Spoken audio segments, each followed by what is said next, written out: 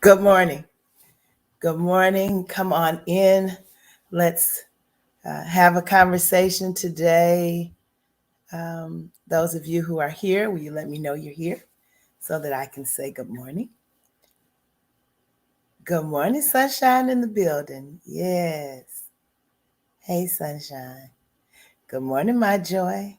Those are my girls, y'all. So uh, I love them very much, and they're very special to me. So I'm glad to see them here this morning. Hey, Auntie. Thank you, sunshine. Okay, it is 10:46. I know that there are others that are coming. I see you populating. Good morning, Gayla. Praying for you, praying for you. I'm glad you're here. All right. So, Psalm 46:10 says, "Be still and know that I am God." Be still and know. In order to manifest what we know, we've got to be still.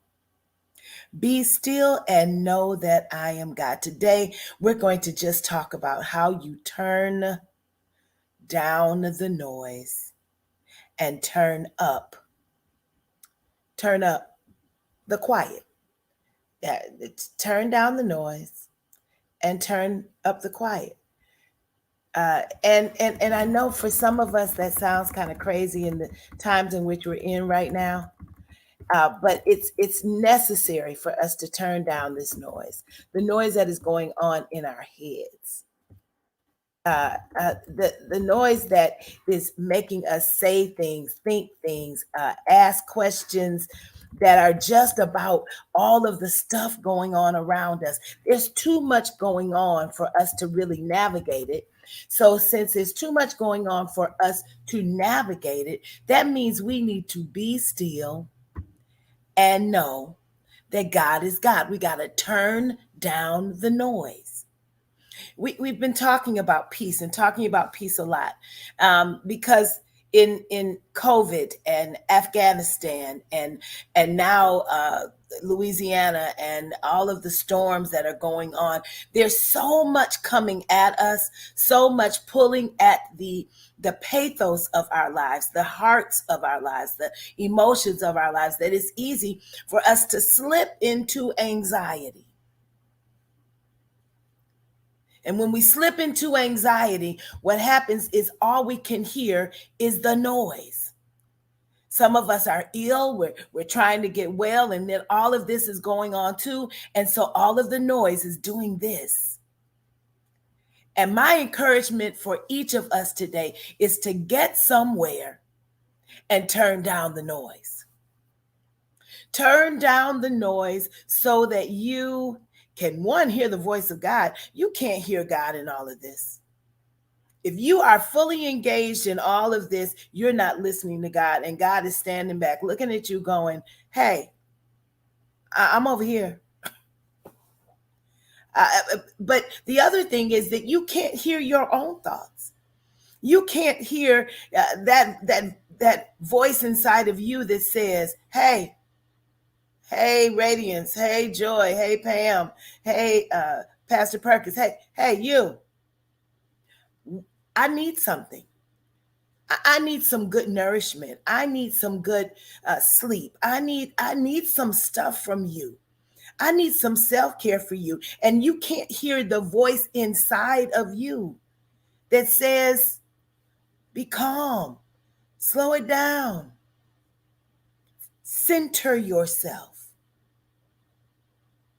I know that we want to do all that we can for everyone, but and it's important. We're going to talk next week about how we can be a greater assistance to those in Louisiana. This will kind of be the Encouraged first uh, outreach, and so I'm asking you to help me get that done.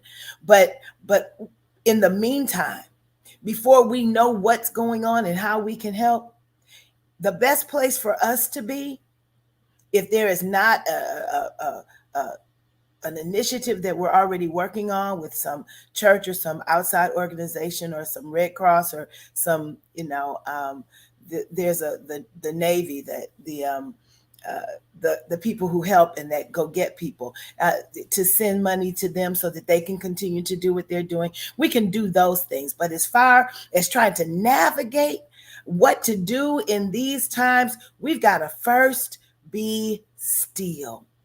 Because you're exactly right, Joy. Anxiety and other feelings will overwhelm you. And then guess what? We mess up our witness. Because if we aren't able to be still and hear God, if we're not able to be discerning, if we're not able to be quiet and hear what our own needs are, how are we going to be able to really help someone else? Love the Lord your God with all your heart, your soul, your mind, and your strength, and your neighbor, yes, but as yourself. If I'm not doing that, I keep saying it over and over again, that we can't be what we need to be for others until we find that place where we are in sync with God, so that we can be still and know that we're not in control of anything. There are some things that we can do, some things that we can work on. We can work on our bodies, we can work on our minds, we can work on giving peace to our spirits, but we can't control what happens in the world. That's not a place we can control. So when we allow it to make us anxious, then we mess up our place with God, our place of tranquility, our place of peace. Thank you so much, Elder Mays, the Cajun Navy. Thank you so very much. And so we mess that up. And when we mess that up, then we're all over the place and we're no good to ourselves. We're not good to anyone else. And we certainly can't walk out the calling that's on our lives because we can't hear. So I know that there is an abundance of things that are going on. There is death around us, people that we know well. Our emotions are stirred for the pain that and suffering that is going on in the land. We are struggling with all of the anti-vax and the you need to be vaxxed and make your own decision, and the vilifying that people are doing of one another, the need that we have to kind of get this virus under control, and whatever that takes. We've got that going on, and then we've got just the normal things that make up life. You got to do some work and pay some bills and make sure that family is fed and clothed and sheltered, and all of those things that make up life. But in the midst of it, turn off everything. Find a place where you are tranquil. There's one place I know, and you all know what I'm talking about, that if you have to stay in there longer, just to find that place of quiet and peace, do it. Get in the bathtub. Stop running through the shower. Take a bath. Let your life decompress. Because if we don't turn down the noise, if we don't turn up the quiet, we will be running like mice in a maze, running and running and running and never ever finding an outlet. And that's not going to help our lives or the lives of others whom we love at all. It makes us difficult to live with. It makes us easy to push our buttons so that we go ballistic, go left on people. All of those things happen because we don't find a place of quiet. Quiet. Quiet your spirit. Quiet your soul. Quiet your mind. And turn down all that noise. Turn up the quiet. And find that place where you can be at peace, if only for 15 minutes. Breathe. Listen to your breath. Calm down. Know that God is God. Be still Know that God is God. Turn down the noise, turn up the quiet, and be encouraged. I love you. Remember, next week we're going to deal with, we're going to send out things over the next few days so that you can see what we're going to do for Louisiana as we know what needs to be done. We know that our church is doing some things as a connection, but the Encouraged needs to do something as a ministry.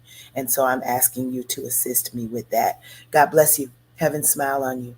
Turn down the noise, turn up the quiet, and be encouraged. See you soon.